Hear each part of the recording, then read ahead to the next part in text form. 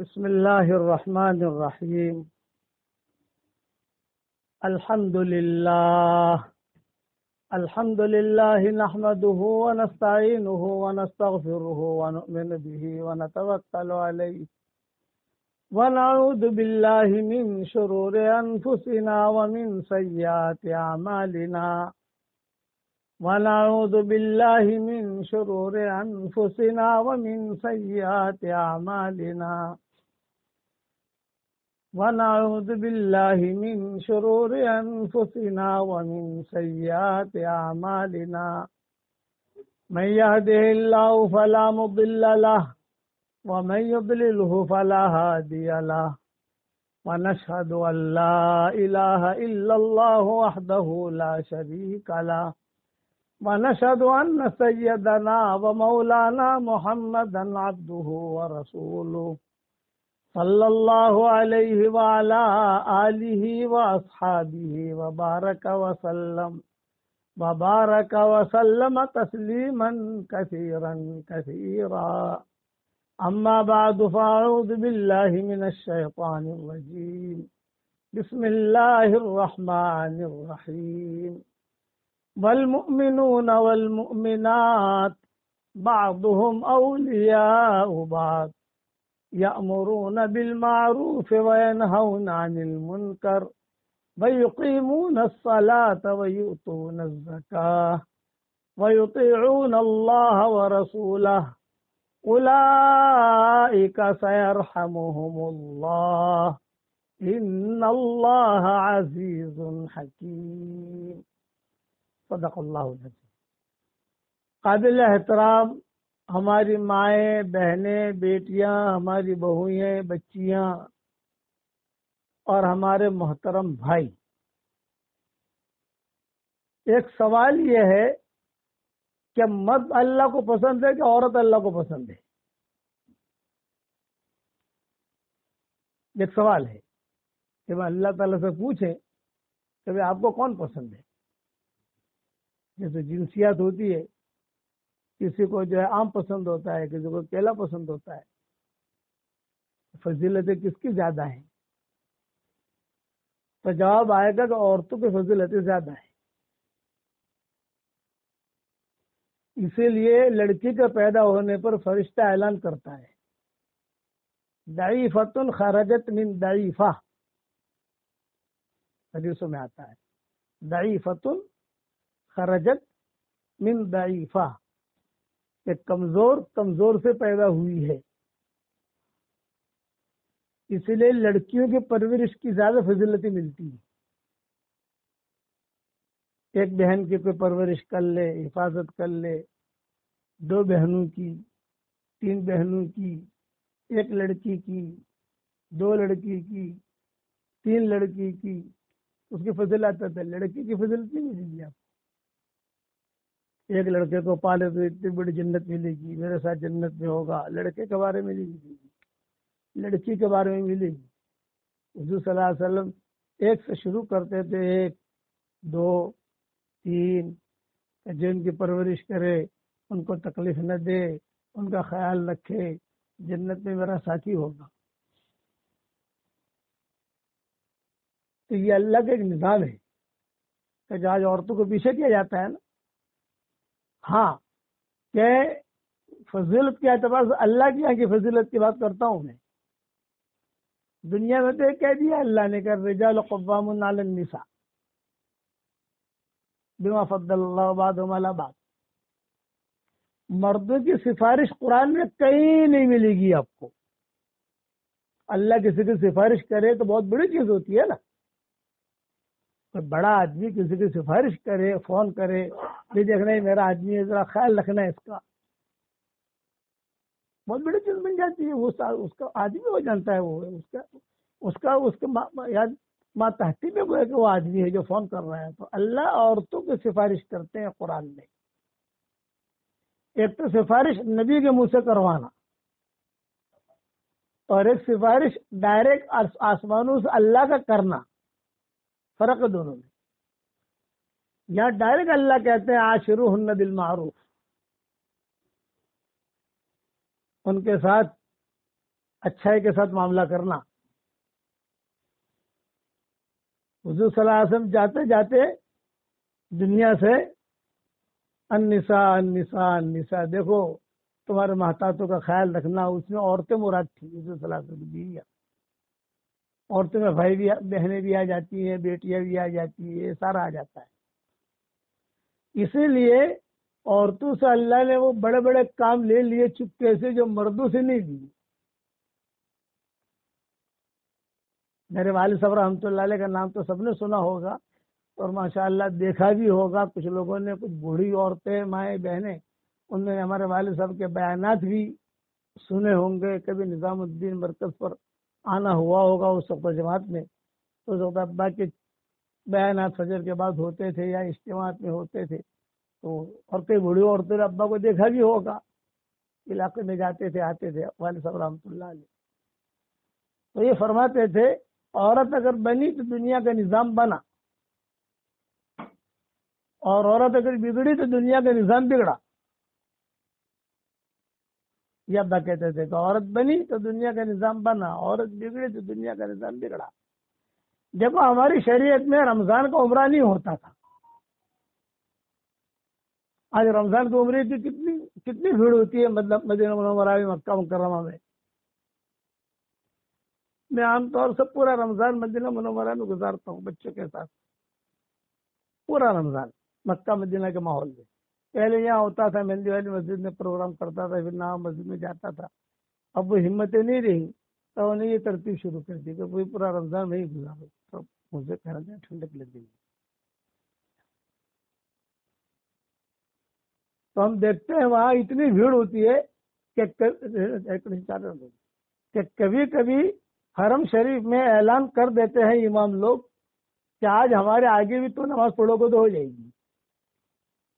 مدینہ میں جگہ ہی نہیں ہے، باقاعدہ وہ اعلان کرتے. مکہ مکرمہ میں تو اعلان کی بات ہی نہیں ہے کہ وہ تو کعبہ ہے چاروں طرف، آگے پیچھے چلے جاؤ. کہ مدینہ منورہ میں تو کعبہ ہے نہیں، وہاں تو ہماری طرف مسجد ہے، امام کے پیچھے نماز نہیں ہوتی. لیکن کئی راتوں میں ہم نے سورہ 27 شب ہے یا ختم قرآن ہے، ایسا مجمع دیہاتوں سے، دنیا سے، کئی ملکوں کے لوگ تو ایسے ہوتے ہیں جو صرف 27 شب کے لیے پہنچ جاتے ہیں. تو وہ اعلان کر دیتے ہیں کہ آج ہمارے آگے بھی تمہاری نماز ہو جائے گی. جگہ نہ ملے آپ کو کہ امام کے آگے نماز پڑھو تو لوگ جو ہے مرد عورتیں امام کے آگے آگے آگے تو چلے جاتے ہیں جہاں تک پہنچ سکتے ہیں. وہ لوگ مائک لگا لیتے ہیں. اتنی بھیڑ ہوتی ہے رمضان میں. تو پہلے رمضان کا عمرہ نہیں ہوتا تھا. حضور صلی اللہ علیہ وسلم نے رمضان کا عمرہ کیا ہی نہیں.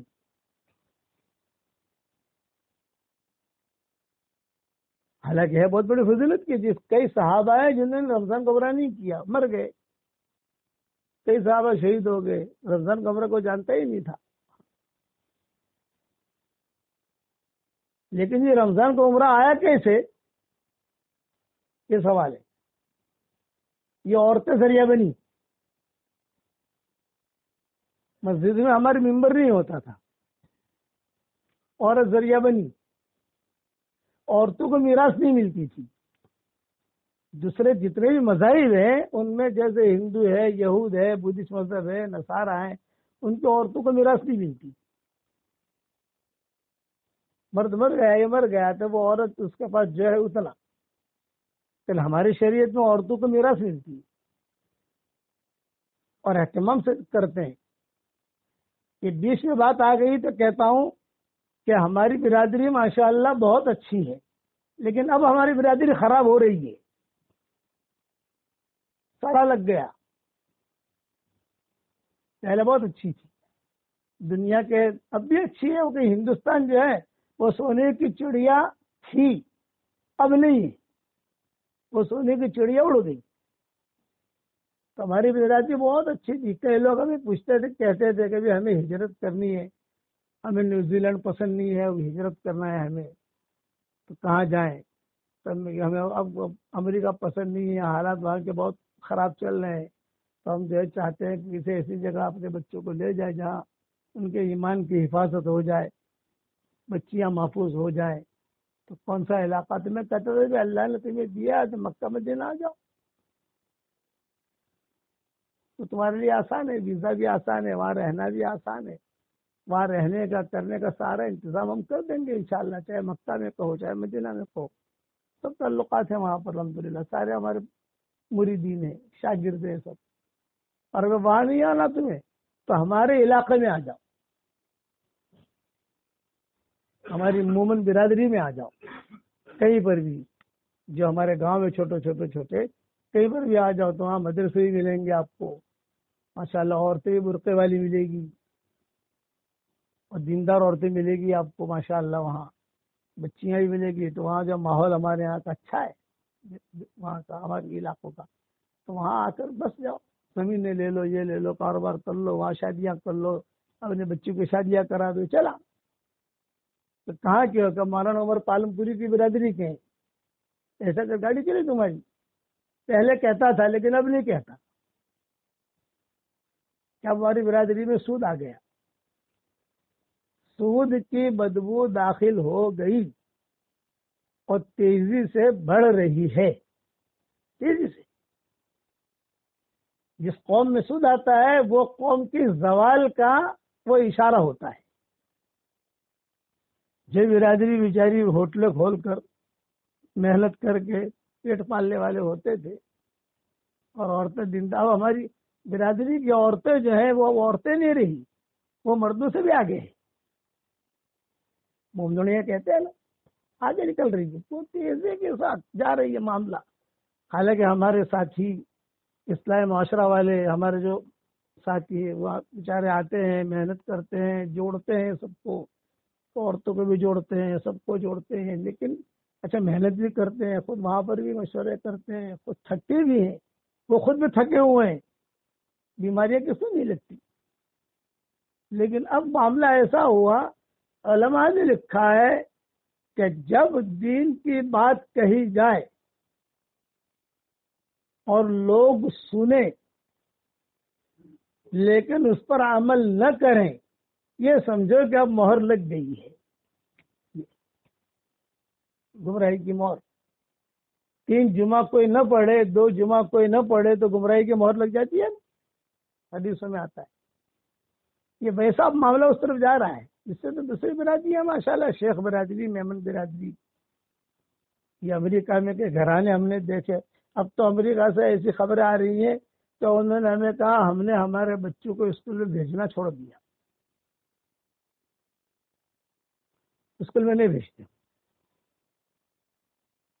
تو کیا کرتے ان کے پڑھائی کا؟ بولے زیادہ خرچہ کر کے گھر پہ پڑھاتے ہیں، ڈاکٹر بھی گھر میں بناتے ہیں۔ کیوں ایسا؟ تاکہ ہمارے بچے بگڑے نہیں، ہماری نسل نہیں بگڑے۔ ہماری برادری کو اس کا فکر بھی نہیں ہے کہ ہمارے بچے بگڑ رہے ہیں۔ کہ عثمان پر بالواز کے پاس میں گیا تھا، نام سنا ہوگا آپ نے، عثمان بالواز میں وہ ساتھ کھانا کھاتے ہیں، بمبئی آتا ہوں 1 مرتبہ 2 مرتبہ ساتھ میں کھانا ان کے گھر پر بلا لیتے، کھا لیتے۔ میں نے کہا عثمان بھائی آپ بدو کہ ملچا بھاؤ جیسے نا بدو الٹو تھا منڈی بدو، اب سے الٹا ہونے لگا۔ یہ اچھی علامت نہیں ہے۔ دیکھو پیسے مل جائیں گے، میں نے کہا پیسہ نہیں ملیں گے، پیسے ملیں گے ایسا نہیں ہے، خوب دھندے چلیں گے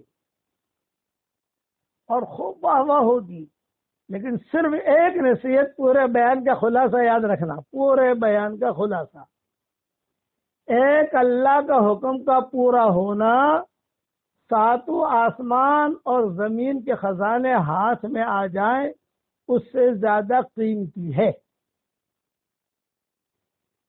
اور ایک اللہ کا حکم کا ٹوٹنا 7 زمین اور آسمان کے ٹوٹ جانے سے زیادہ خطرناک ہے۔ اب ہم اللہ کے کتنے احکامات توڑ رہے ہیں، یہ ذہن میں رکھو، اور کتنے پورا کر رہے ہیں ذہن میں رکھو۔ حالانکہ اللہ نے ہمارے لیے سہولتیں پیدا کی ہے۔ یہ کرامن کاتبین ہے نا، کرامن کاتبین، کرامن کاتبین یعلمون ما تفعلون، قرآن شریف میں۔ تو داہنی طرف جو فرشتہ بیٹھتا ہے، یہ فرشتہ امیر ہوتا ہے، یہ امیر ہے، اور بائیں طرف والا فرشتہ جو ہے یہ مامور ہے، اس کا درجہ کم۔ دائیں طرف والا فرشتہ نیکیاں لکھتا ہے اور بائیں طرف والا فرشتہ ایک گناہ لکھتا ہے، پھر سارا حساب کتاب اللہ کے سامنے پہنچتا ہے۔ تو داہنے طرف والا فرشتہ کوئی بندہ کوئی بندی نیکی کرتی ہے، سبحان اللہ پڑھا، وہ داہنے طرف والا فرشتہ فوراً لکھ لے گا، اور صرف ایک مرتبہ سبحان اللہ پڑھنے کے برابر ثواب نہیں لکھے گا، 10 مرتبہ، 50 مرتبہ، 100 مرتبہ۔ واللہ یضاعف لمن یشاء، یہ حکم ہے اس کو۔ ایک دعا ایسی ہے کہ اگر کوئی پڑھ لے تو دنیا میں جتنے مسلمان مرد اور عورتیں ہوں گی ان سب کے برابر اللہ اس کے اکاؤنٹ میں نیکیاں لکھ دے گا، وہ فرشتہ بھی لکھ دے گا۔ پڑھو، میں پڑھا دیتا ہوں آپ کو۔ ربنا اغفر لی ولوالدی وللمؤمنین یوم یقوم الحساب۔ جب اتنا پڑھا، میری بہنوں نے پڑھا، ماؤں نے پڑھا، بیٹیوں نے پڑھا، بہوؤں نے پڑھا، بچیوں نے پڑھا اور بھائیوں نے پڑھا، اور یہ بیان دنیا میں ریلے ہوگا انشاءاللہ اپنے وقت پر، تو بعد دنیا میں لوگ جو سنیں گے پڑھیں گے۔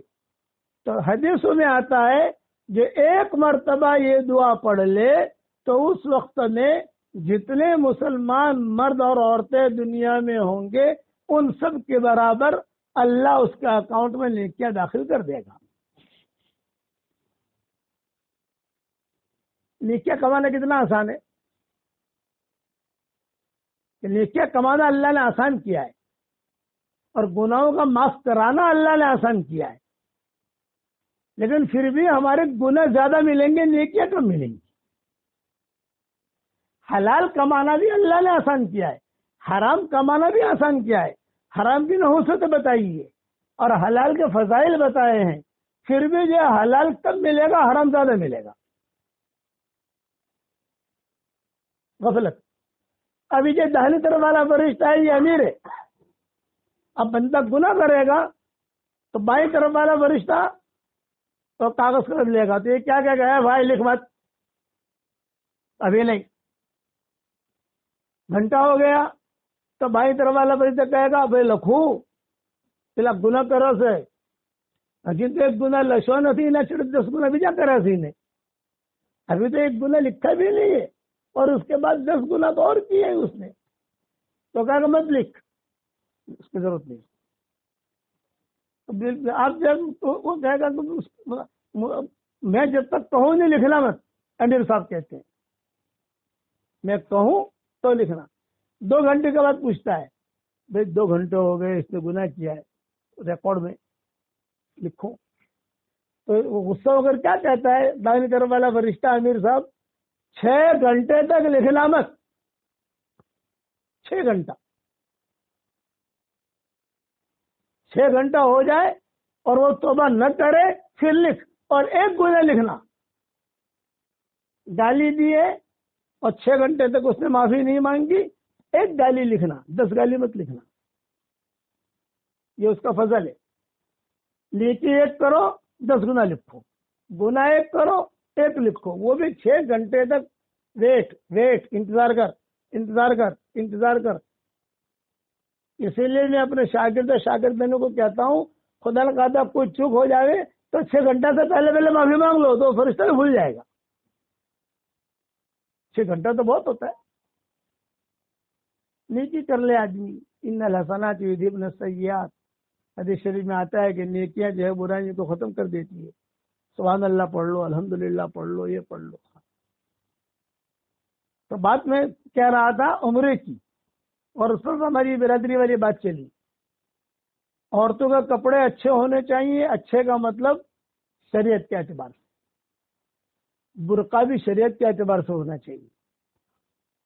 آج کل ہمارے برقع نہیں، فیشن والے کپڑے ہیں، وہ کلر کالا ہوتا ہے بس اتنا، جیسے کلر ہوتا ہے نا، کسی کا سفید ہوتا ہے، بلو ہوتا ہے، وہ کلر کالا ہوتا ہے، باقی وہ کپڑا ہوتا ہے۔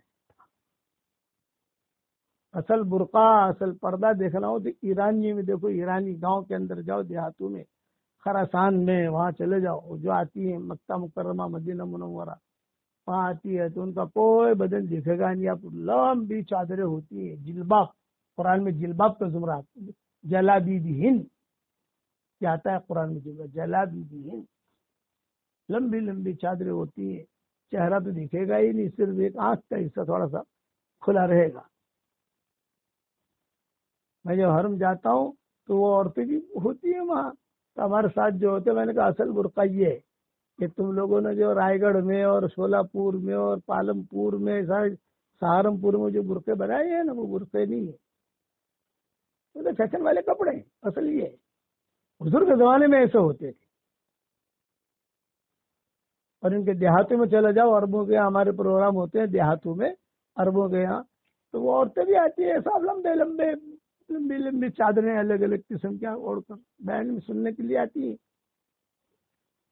تو ہمارے یہاں سے برقع گیا، فیشن، کپڑوں کے فیشن اور گھومنے کے فیشن، پھر آج کل تو سن رہے کہ پینٹ، اور وہ بھی پھٹی ہوئی پینٹ، پھٹی ہوئی پینٹ ہوتی ہے نا، آپ نے دیکھا ہوگا نوجوانوں کو وہاں، تو ساری دنیا میں جاتے ہیں تو پھٹی ہوئی پینٹ، پھٹی ہوئی پینٹ پہننا، پھٹی ہوئی میکسی پہننا، پھٹے ہوئے بنیان پہننا، پھٹی ہوئی ٹوپی پہننا، یہ سنت نہیں ہے، یہ تو بہت بڑی نحوست کی علامت ہے۔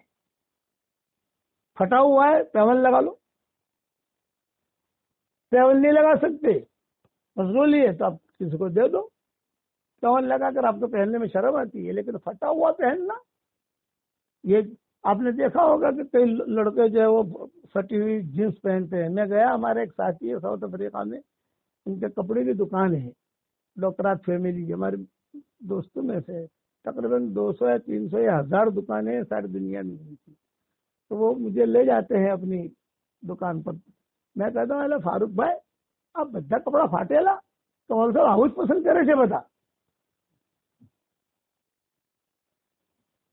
آپ بتاتا پینٹ مجھے فاٹے لی، અહીંયા તે ફાટેલું છે ને અહીંયા તે ફાટેલું છે ને અહીંયા તે મજા ફાટેલું નહીં તો કોઈ ખરીદે બી નહીં, તો એક બોર્ડ લગાવે મારા કહેવાથી,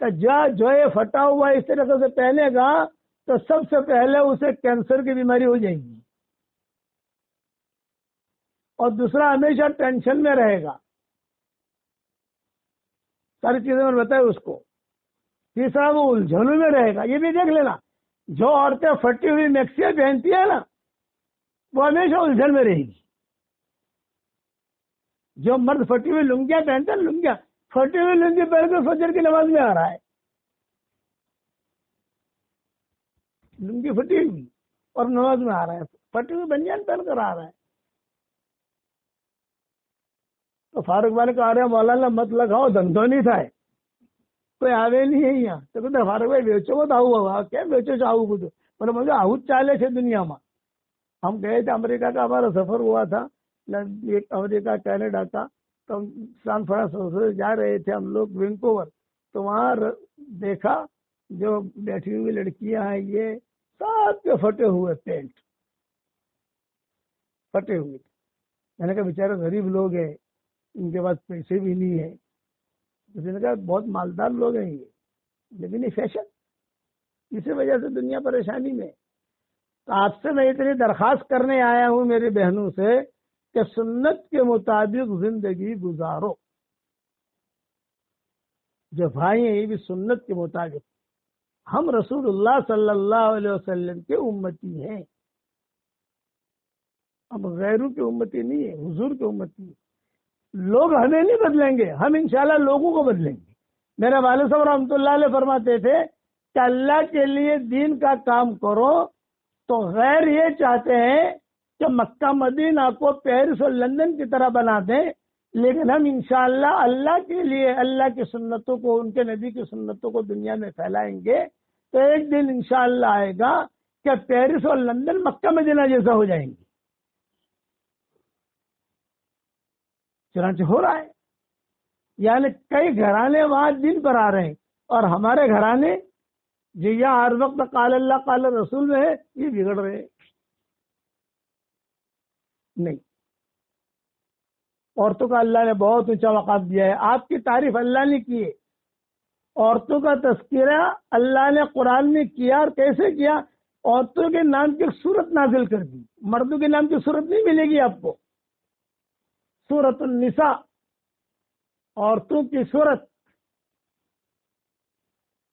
مردوں کی صورت ہے قرآن میں.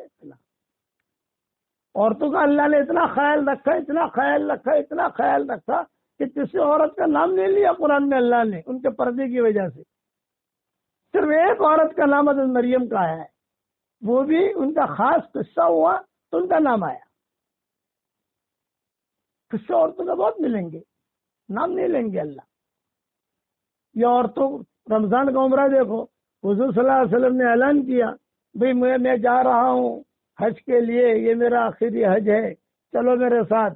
اور سب کو اجازت ہے. اس زمانے میں تشریح، ویزا، پاسپورٹ، ہوائی جہاز کی ٹکٹ، یہ چیزیں تو ہوتی نہیں تھی.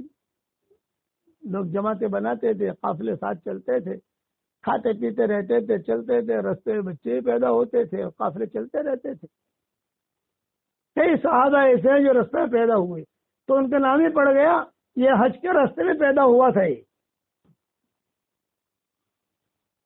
حج میں جاتے ہوئے پیدا ہوا تھا، یہ حج سے واپس آتے ہوئے فلاں جگہ پیدا ہوا تھا.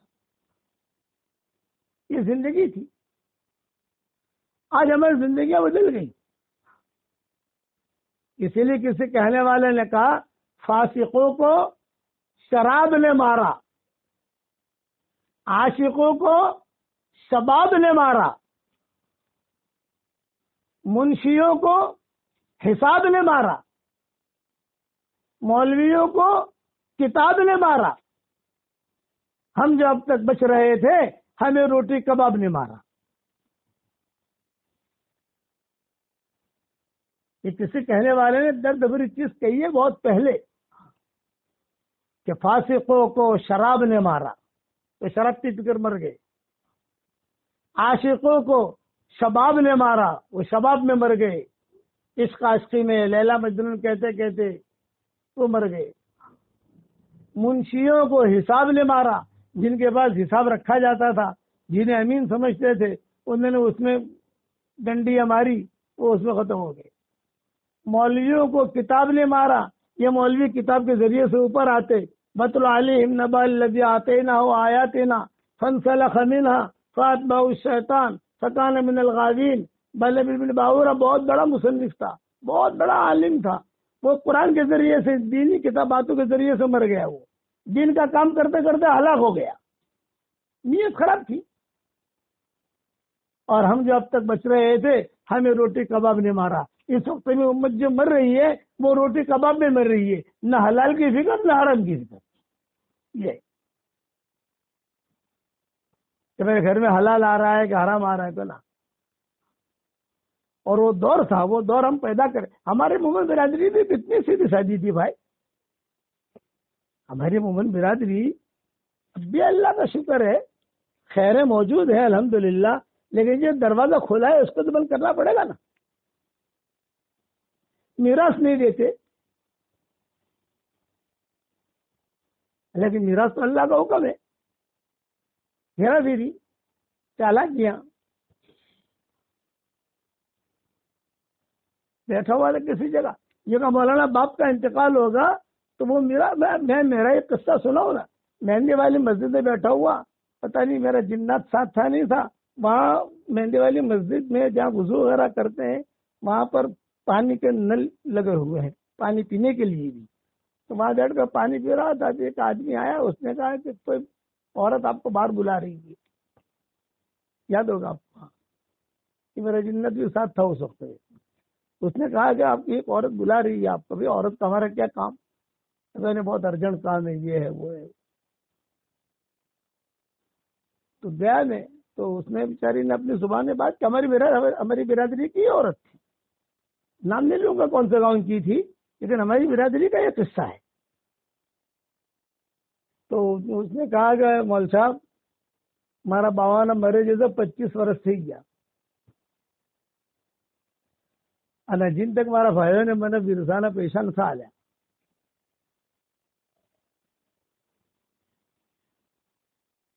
તો શું કર્યું કે ભાઈ આયા એ કહે ભાઈ જો તારા પણ તો પૈસા બહુ છે, તારા આદમી પાસે પૈસા બહુ છે, અને આ પોટલી લે, માલિક થઈ જા, મને માલિક બનાવી દીધે. હું શરમ મારું કોઈ કહી દે નાખું. તો મોલ સાહેબ આવું બકાય કીધું. કેવી રીતે બકાય ભાઈ? કેવી રીતે બકાય? તો ના બકાય. તો તમે જો ખાલી એટલું તમે કહી દેજો, તમે એટલો